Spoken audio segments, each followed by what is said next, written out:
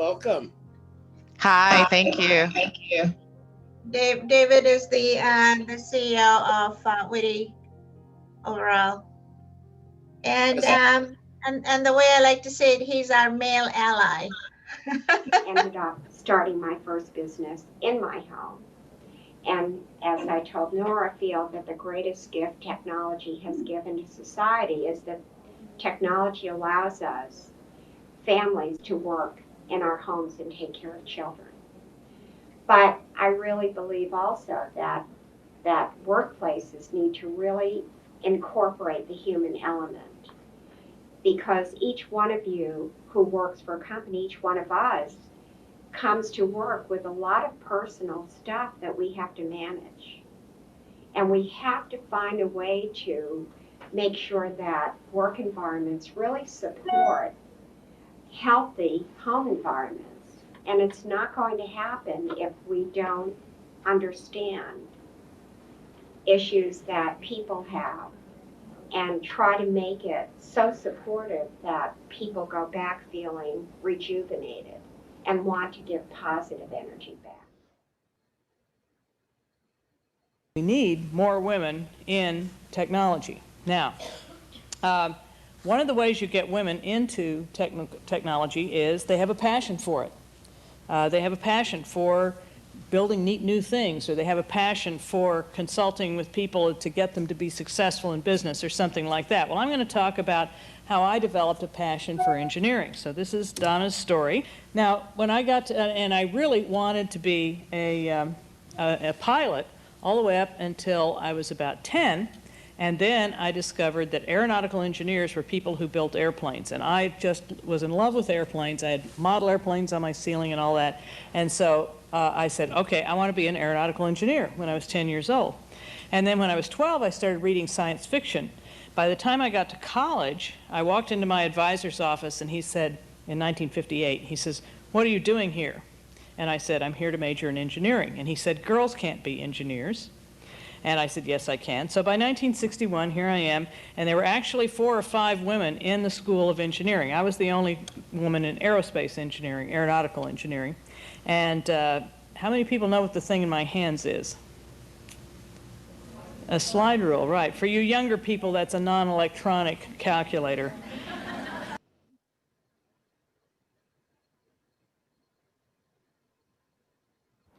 Of Witty, and I wanted to create an environment that represented an association that I would want to go to.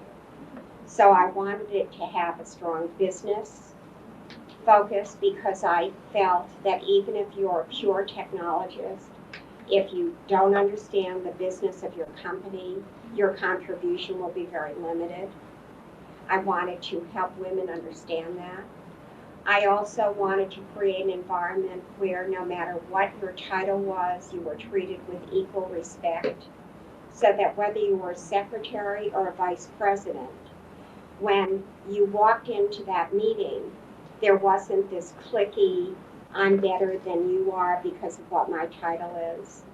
So that's why I established a policy that is, when anyone goes to a Witty event and you see someone standing alone, it is your opportunity to bring them into your group and introduce them to everybody. Complete list of the contributions of Betty Holberton during her 40-year career in computing would keep us here for quite a while, so I will only share with you the highlights. After programming the ENIAC, Betty joined the company founded by Eckert and Mauchly and worked on the first commercial computers. She wrote the C10 instruction code for the UNIVAC 1, forever making programming easier and faster for programmers. She designed the control console for UNIVAC 1 and its computer keyboards and numeric keypad. In 1952, she designed the first sort-merge generator for UNIVAC 1. She served on the COBOL committee to design the first business language to operate across computer platforms, wrote standards for Fortran, and served on national and international computer standards committees for decades. We are very proud to induct Betty Holberton to the Whitty Hall of Fame for her outstanding contributions to the advancement of science and technology. I would also like to recognize all the sponsors of this organization, because we didn't have a thing like that 50 years ago, and we would sure use it. I think that all of you women will be successful if you can put people like that behind you. You just need it. And I am so proud of those people who recognize women. Congratulations. You're an inspiration to all of us. You really are.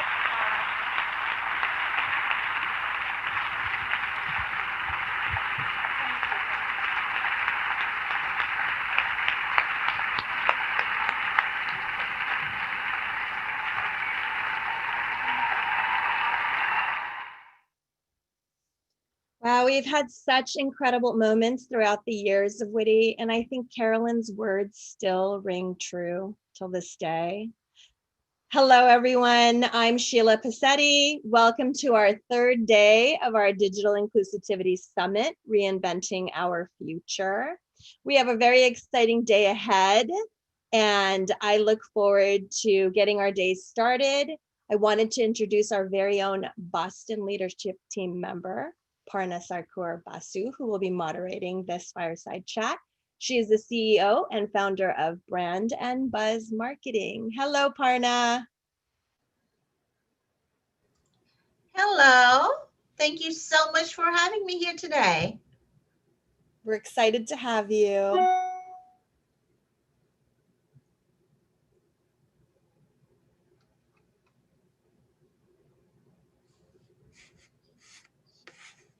Laura, do you want to kick it off? Want me to kick it off?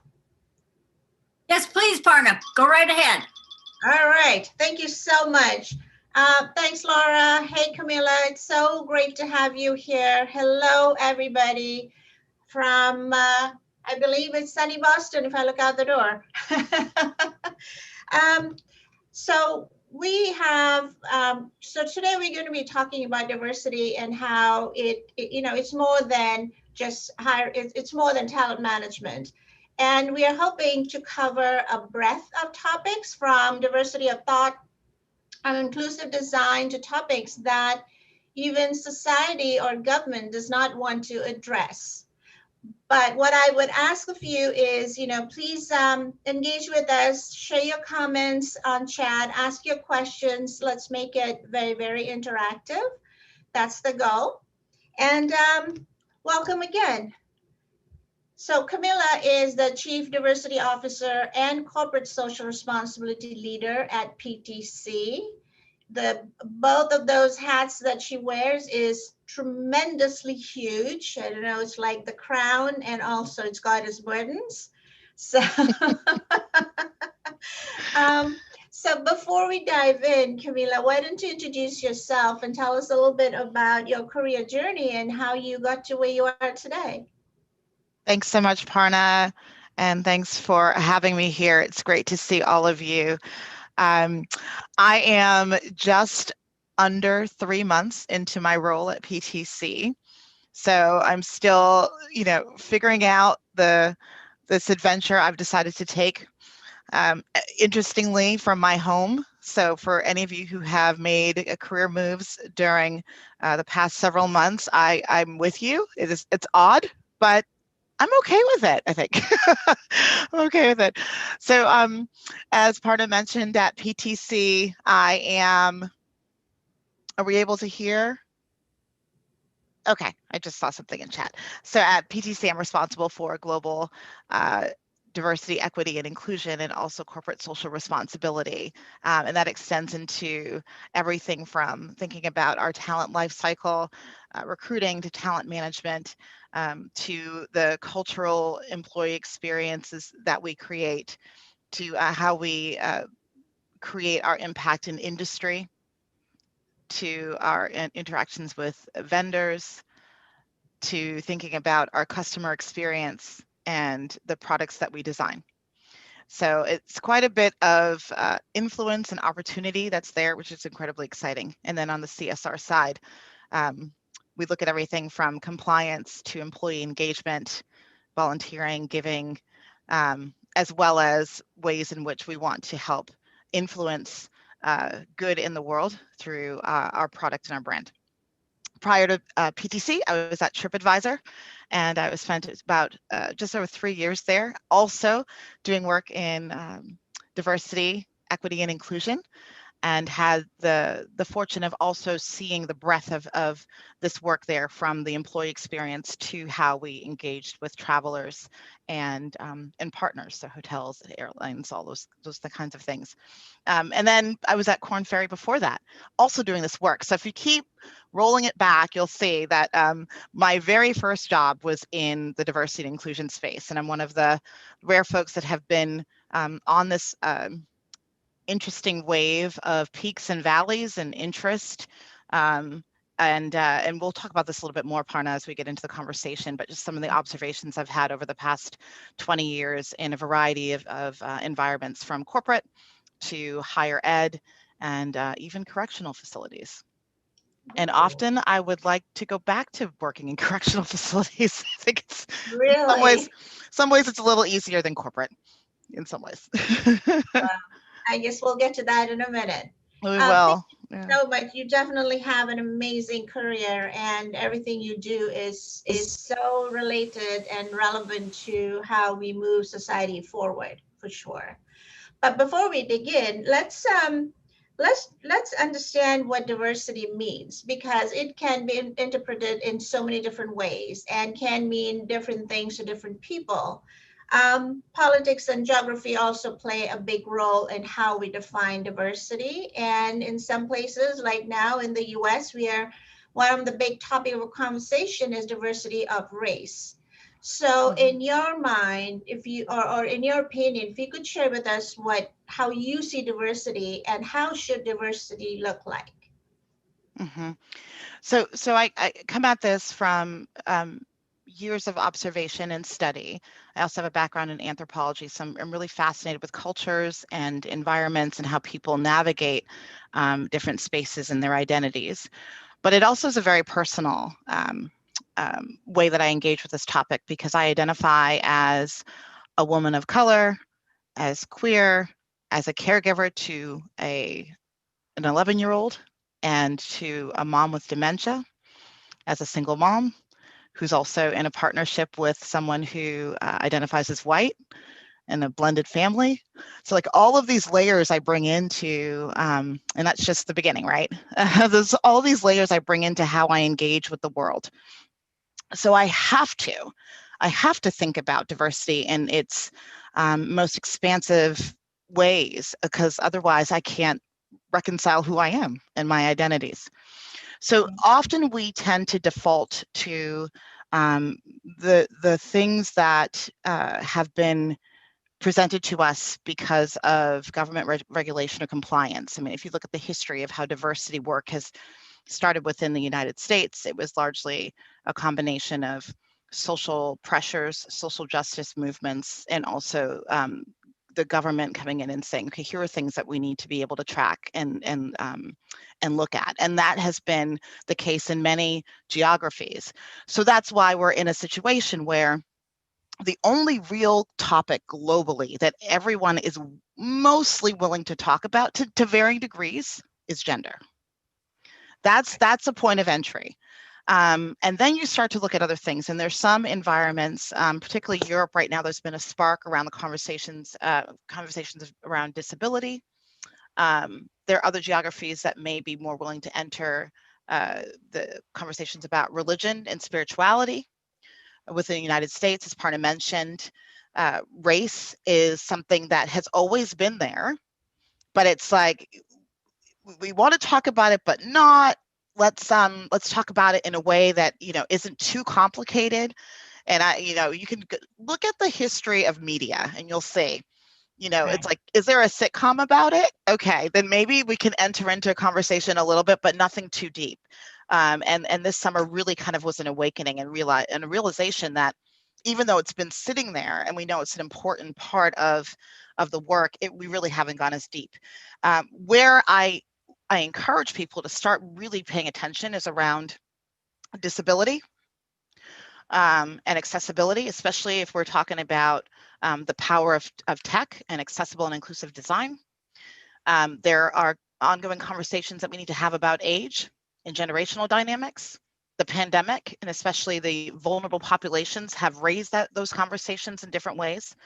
And then there are all kinds of things, within our organization. We look at everything from how we may have biases around educational background, trade, training, certification, whether you sit in your headquarters or you're sitting in some kind of satellite office, and what access and opportunity means. So there's so many dimensions, and there's some great models out there you can look at that show dimensions of diversity.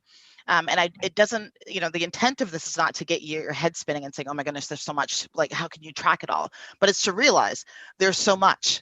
And we have to think about approaching this in a layered way, leading with intersectionality and curiosity, and realizing that just because someone presents to you and you think you can sort of read them as one or two dimensions, there's likely more to the story there. Yeah, no, I think that's a really good point. So I'm going to digress a little bit because this morning I was reading this Wall Street Journal story about, the NASDAQ mandate of 20% diversity on boards of its member companies. What struck me, so now we have two, we have the California mandate and now we have the NASDAQ mandate. Two things struck me this morning. One is NASDAQ is coming out, according to the Wall Street Journal, is defending its position. And that made me wonder, it's like, why would you do that? Like, you are actually going to be helping with the mandate that you're putting in place so that more companies will be open to having a diverse board. But that also probably raises a question is, what does it mean? If that's your mandate, how fast do you have to fill those roles?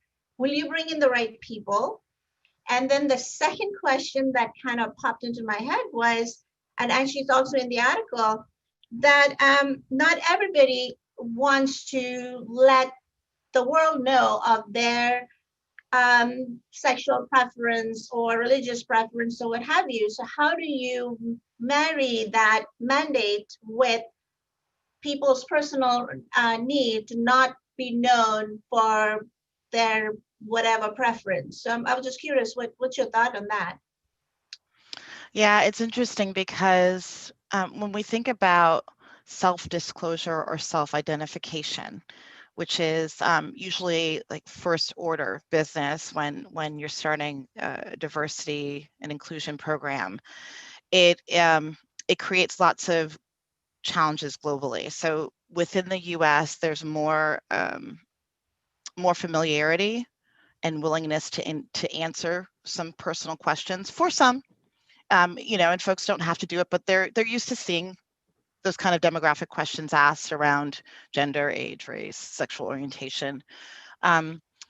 In other parts of the world, particularly, well, let's use Europe, for example, it's seen, asking those questions and highlighting them are seen as divisive acts. They're seen, they can be seen as being intrusive.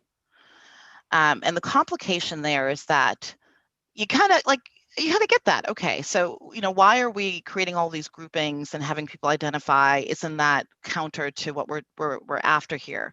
But then you also realize if you don't have data, that's the only route that we have right now to creating policy.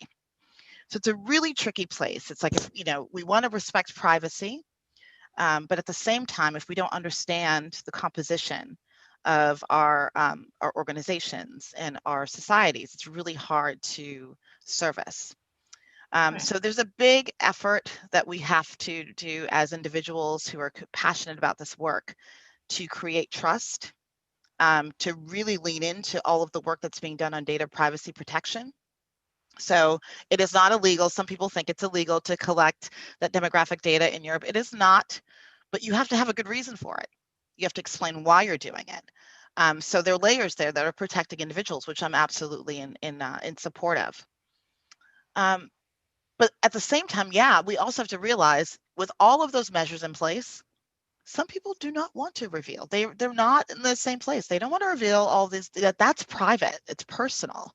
And they Exactly. want to engage in the workplace because of their skill, their talent, and be seen for that. So so how do you work in that environment? Well, you try to create a space that feels inclusive and opening and welcoming to all. You try to do your best to put policies and practices in place that will support that. Yeah, it's a tricky thing, but I appreciate that question so much because, you know, we get so wrapped up in like everybody's got to do this thing, and it's like, well, no, they don't. But that doesn't mean that we don't still have to design for as many different individuals, backgrounds, experiences, and perspectives as we can. Yeah, no, and this is, like you said, is very personal, right? So to give you an example, when I came to this country, obviously diversity was not such a big thing then. It was more like, hey, you come from another country, what do you know about the US and what should we give you a job? But once I entered the corporate workforce, that form that you have to fill out, like you were just saying, you have to collect data. And I would always pause to say, why should I fill that in? I'm good at what I do. I don't want to be hired just because of my gender, color, or what have you, right? So I really fought that idea. And then once I got into the policies and helping, you know, more women in tech, creating programs, I was like, that's why we need that, you know? Yeah. So yeah, now it's not an issue. But again, to your point, when, you know, education is just as important, you know, you should let people know why you're collecting that information, how it's going to help and benefit them as well. Yeah, the same way you would if you were designing a product, right? I used to work for Gillette, Procter & Gamble, and there's a lot of work that they did around inclusive design. You look at the razors, that's sort of like one of the use cases that everyone talks about. And so people were more willing to share their personal practices, things that might be different for them, how they would try to use sort of generic universal razors that were created with sort of this like prototype of the male user in mind, and how things that might shift might be better for a certain population. So if you engage folks in the conversation and you build trust and you help them understand what the output is, they're much more likely to share some of that personal data. Yes, that's a really good point. But that kind of brings us to your point of, you know, the inclusive design. So we always talk about the importance of having a diverse team. You know, it's not just gender, it's gender, culture, ideas, everything else. And there's two examples that I often use. It's cars. I don't know if you and I talked about this, but when you buy a minivan, it's like a woman's car, you know, mom driving kids around. There's like places for, there's a lot of storage. You have a place for your handbag and your diaper bag and have you. And then when I bought a smaller SUV, there was no place for my purse. And I was like, who designed this car? Like, you know, we need that space for our purse. But I think that kind of goes back to not just the design part of it, but also is the generational thinking, is the culture stuff that comes in. Having said that, what in your experience, what's the best way for companies to create a diverse team to be able to create products that's, you know, more earth friendly, sustainable, and so on? Just curious to hear your thoughts. Right. So there are many ways, but let's simplify it. There are two ways into this thing. So historically, it's been the diversity, equity, inclusion conversation has come from, it's the right thing to do. There's a moral obligation.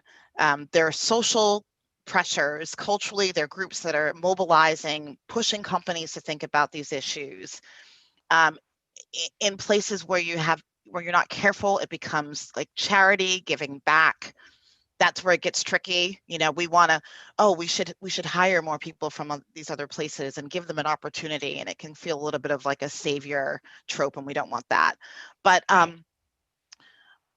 once you get into it, you realize, oh, like if you start to diversify your teams, you have people at the table who are going to have different ideas, who are going to have be able to call out blind spots, who are going to be able to challenge, who have different life experiences, and we know how valuable that is.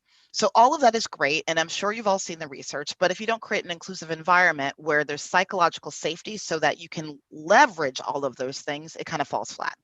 But that's kind of that formula. That's one way in. It's like, let's do this, right thing to do. Oh, we see how this impacts our teams. It's going to make us a better organization and company, and all the cultural pieces. We have employee resource groups. We want people to feel like they have community here. Great. The other way in is around the products and services that you provide. So this is next to me right now, Building for Everyone, Annie Jean Baptiste. And there's lots of great content out right now about creating inclusive design systems for products.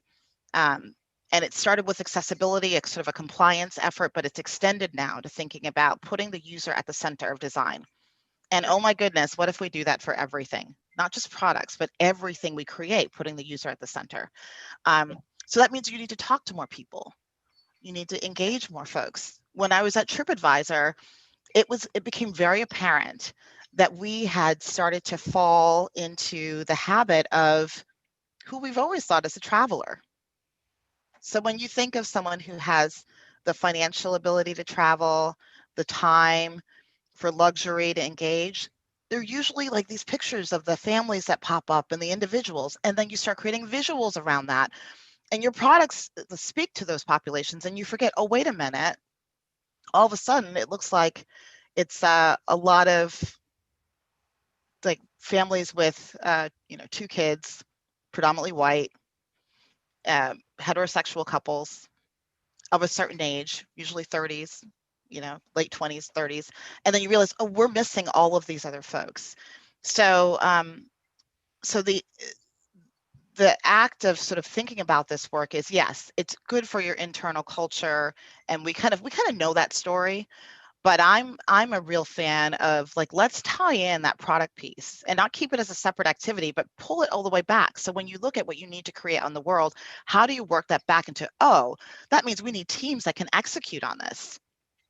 Right. Yeah. So going back to what you just said, the stereotype families that most companies would use or to build their product for marketing and what have you.